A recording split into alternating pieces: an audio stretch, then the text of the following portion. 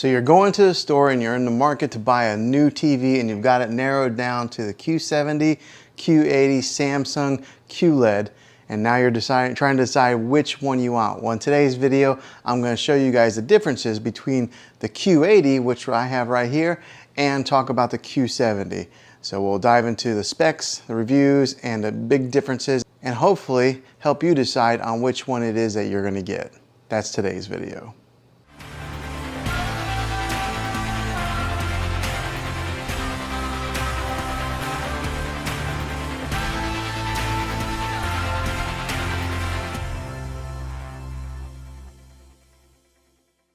Before we begin, do me a favor and hit that subscribe button and turn on your bell notifications so you can get notified for future videos.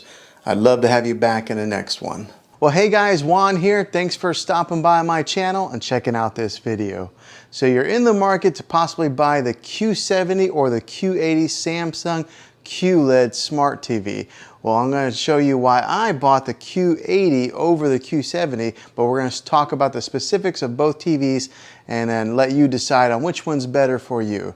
So let's go ahead and dive into this. Now, the first thing we're going to talk about is the cosmetics of the TV. So up here on this one here, on the Q80, it's got like a carbon silver finish on it that goes all the way around, and it's a real thin bezel type of finish.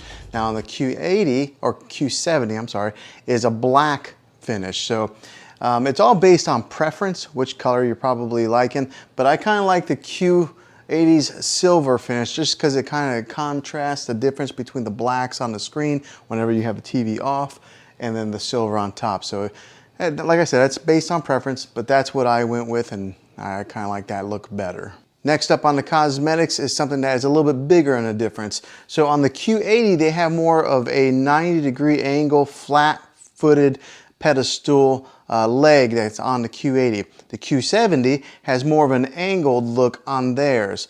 So which one's better when it comes to that? I kind of like the Q70 a little bit better when it comes to the legs, because the angled leg on it makes it a little bit easier to put a thicker HDMI cable on. On the back of these legs, there's a little door that pops off, so that way you can control some cable management, run your cable along the back of the TV and alongside the back side of the leg. And therefore you put a door that slides on there to kind of hide the cable. On the Q70, since it does have angled legs, you can put a thicker HDMI cable in there, making it easier to close that door that hides the cable. Now on this one, because it is a kind of like a 90-degree turn, it makes it a little bit harder to hide that cable. But is it that big of a difference? I don't know. I guess it depends on your setup.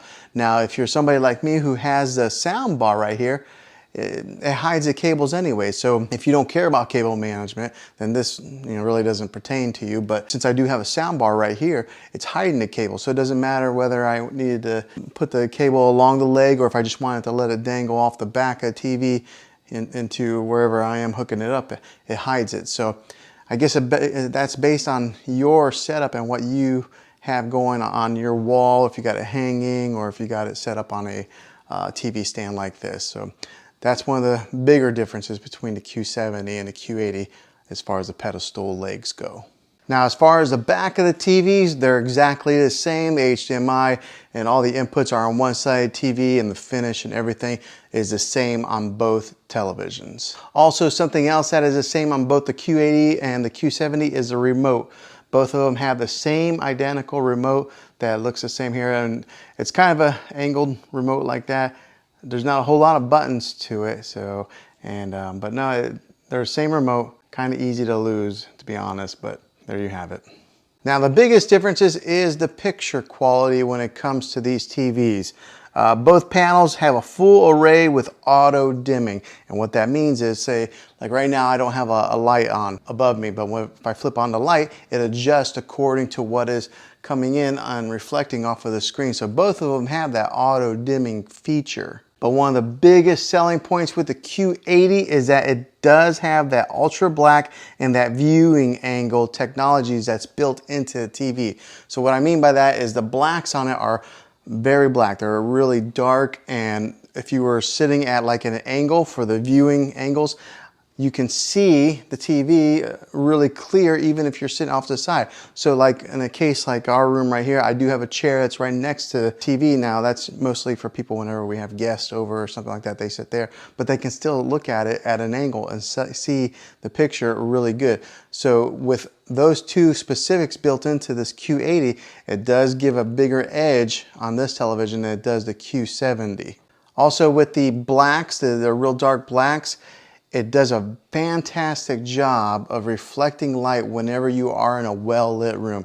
Now this right here was the biggest selling point for me in deciding whether I wanted to get the Q70 or the Q80. So I'm in a living room right now. It's got some windows behind the camera here, and it's got a couple windows right here. As you can see, there's a window there.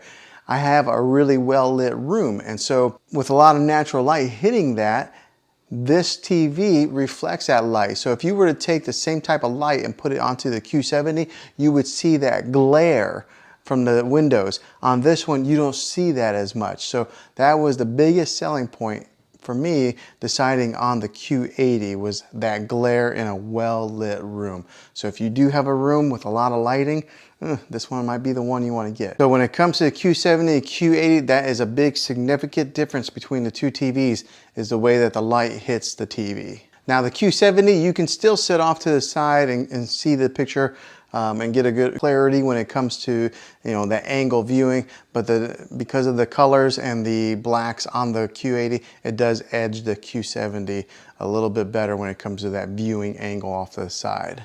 Now, since both TVs are the QLED Samsung technology built into it, it's almost like watching an OLED display. But here's one of the biggest differences between the QLED and the OLED is the QLED won't have that burning effect into the TV. So for example, if you have somebody who watches TV at night and they fall asleep and, you know, maybe a static image gets stuck on the screen, it won't burn it into the screen like it will an OLED display.